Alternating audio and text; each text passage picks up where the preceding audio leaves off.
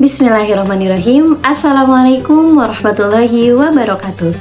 Perkenalkan, nama saya Hasna Zahra Anabilah dengan NIM 12240200054, mahasiswi Komunikasi Penyiaran Islam semester 5 UIN Sunan Gunung Jati Bandung. Pada kesempatan kali ini saya akan mencoba berbagi pemahaman dengan teman-teman sekalian terkait materi pembelajaran kuliah etika dakwah yang diampu oleh Ibu dosen Dr. Umi Halwati, SSI, MAG. Yang pertama ialah definisi atau pengertian. Etika berasal dari bahasa Yunani ethos yang artinya kebiasaan, watak, sikap, cara berpikir. Kemudian dakwah berasal dari bahasa Arab da'a yad'u da'watan, berarti mengajak, menyeru, dan memanggil. Dapat disimpulkan bahwa etika dakwah secara definitif ialah manifestasi dari ethos, yaitu ilmu yang mempelajari aspek-aspek mendalam dari perbuatan dakwah, keputusan-keputusan tindakan dalam dakwah, serta pertanggungjawaban moral atau perilaku. Adapun yang menjadi ruang lingkup dalam etika dakwah ialah yang pertama, analisis objek nilai. Analisis ini terbagi dua, ada yang bersifat subjektif yaitu penilaian yang murni atau sesuai dengan alamiah. Ada yang bersifat subjektif atau penilaian yang berkaitan dengan cara pandang penilai. Yang kedua, analisis aktivitas. Analisis ini berfokus pada unsur-unsur dakwah yakni da'i, mad'u, dakwatan. Analisis ini menyoroti standar profesional, standar ilmu, dan standar kepribadian pada seorang dai. Yang ketiga, ada analisis perbuatan dakwah yang menyangkut aspek-aspek dohir dan batin dalam kegiatan dakwah, seperti gestur tubuh dai yang dapat membangkitkan motivasi kepada mad'u-mad'unya. Selanjutnya ialah terkait landasan etika dakwah. Yang pertama ialah landasan teologis. Sebagaimana Allah Subhanahu wa Ta'ala memerintahkan manusia untuk senantiasa memiliki etika, karena seseorang yang paling sempurna imannya ialah yang paling baik akhlaknya, dan itu pula yang paling ia cintai. Sebagaimana Allah Subhanahu wa Ta'ala menyampaikan penghormatannya kepada baginda Nabi Muhammad SAW dalam Quran surat Al-Qalam ayat 4, wa innaka la'ala khuluqin azim, dan sesungguhnya kamu benar-benar memiliki budi pekerti yang agung. Yang kedua ialah landasan filosofis yang memaknai bahwa segala perbuatan makhluk yang berakal akan senantiasa dinilai. Perbuatan yang bernilai menjadikan kehidupan manusia menjadi lebih bermakna. Hal ini tentunya sesuai dengan firman Allah SWT dalam Quran surat Al-An'am ayat 184.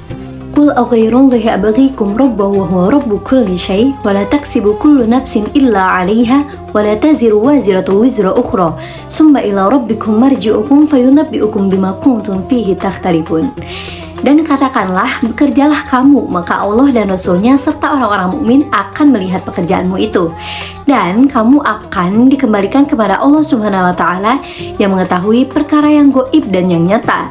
Lalu Dia akan memberitakan kepadamu apa yang telah kamu kerjakan. Al-Ayah. Ayat ini menegaskan bahwa setiap perbuatan manusia akan diawasi oleh Allah Subhanahu wa Ta'ala, baik yang tampak maupun yang tersembunyi. Perbuatan manusia tentunya akan dinilai dan dibalas sesuai dengan kadarnya.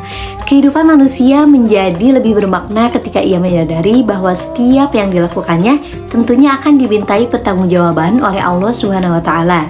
Kemudian yang ketiga ada landasan historis, bahwa secara formal etika dakwah mulai dikenal sejak 2003 di Fakultas Dakwah, hingga kemudian mata kuliah etika dakwah masuk ke dalam kurikulum jurusan dakwah tentunya ya. Yang keempat ialah landasan sosiologis, di mana manusia ialah makhluk sosial yang hidup bersama-sama dan berdampingan dengan manusia yang lainnya. Maka dari itu, sebagai makhluk sosial, mutlak bagi kita untuk berlaku baik terhadap manusia dalam setiap perjalanan hidup kita. Bahasan selanjutnya, dakwah etis adalah dakwah yang menjunjung tinggi nilai-nilai etika.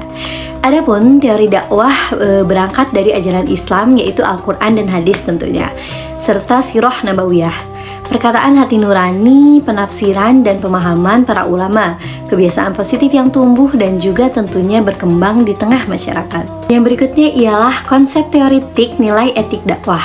Yang pertama, nilai etik dakwah tentunya menurut Al-Quran dan hadis. Berdakwah terbagi menjadi tiga. Yang pertama ada dakwah bil hikmah, yaitu dengan cara yang bijaksana dan memberi pengalaman yang baik terhadap mad'unya. Kemudian yang kedua ada dakwah bil mau'izatil hasanah, yaitu berdakwah dengan cara memberi tutur kata yang lembut dan nasihat-nasihat yang baik. Yang ketiga ada dakwah bil mujadalah, yaitu berdakwah dengan cara berdiskusi atau debat yang tentunya dengan tujuan semata-mata untuk menunjukkan kebenaran dan tentunya harus tetap sesuai dengan nilai-nilai ajaran Islam. Yang kedua ialah ada nilai etik dakwah dalam sirah nabawiyah, yaitu mengikuti cara dakwah Rasulullah SAW.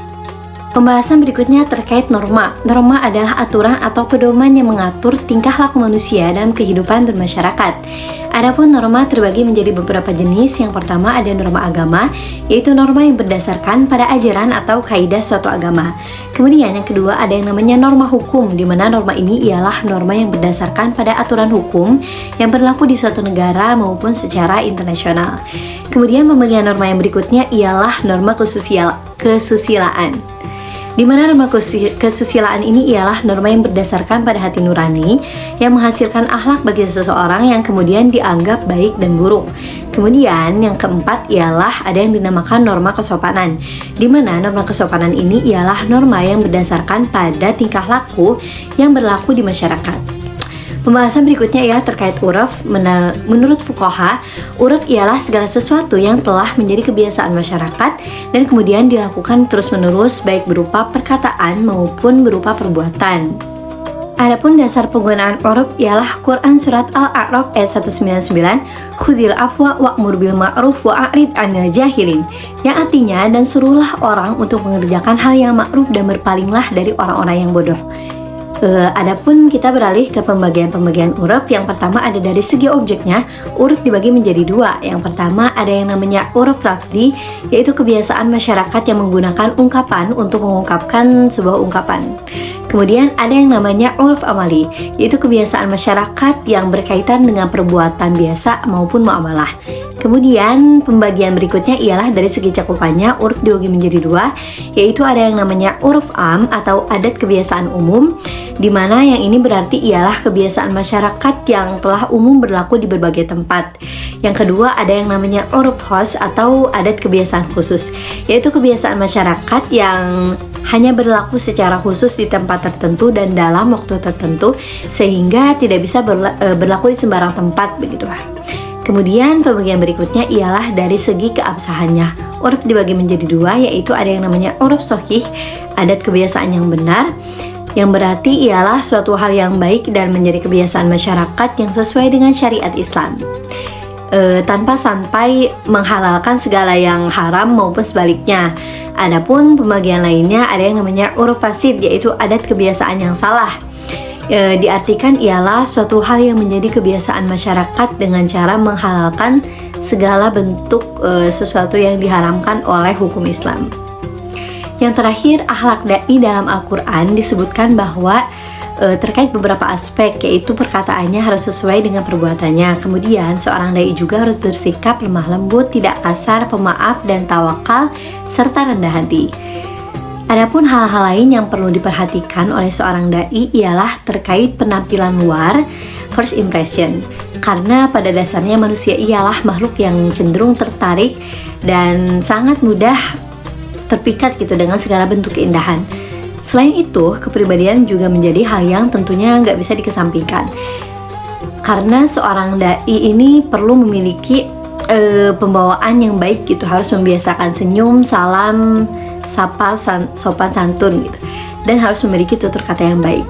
Penampilan dan akhlak yang baik akan membuat orang yang baru saja memandang dai tersebut menjadi lebih mudah tertarik dan mau mendengar nasihat-nasihatnya. Baik, sekian yang dapat saya sampaikan terkait pemahaman pada mata kuliah etika dakwah. Sampai jumpa di video-video berikutnya. See you. Wassalamualaikum warahmatullahi wabarakatuh.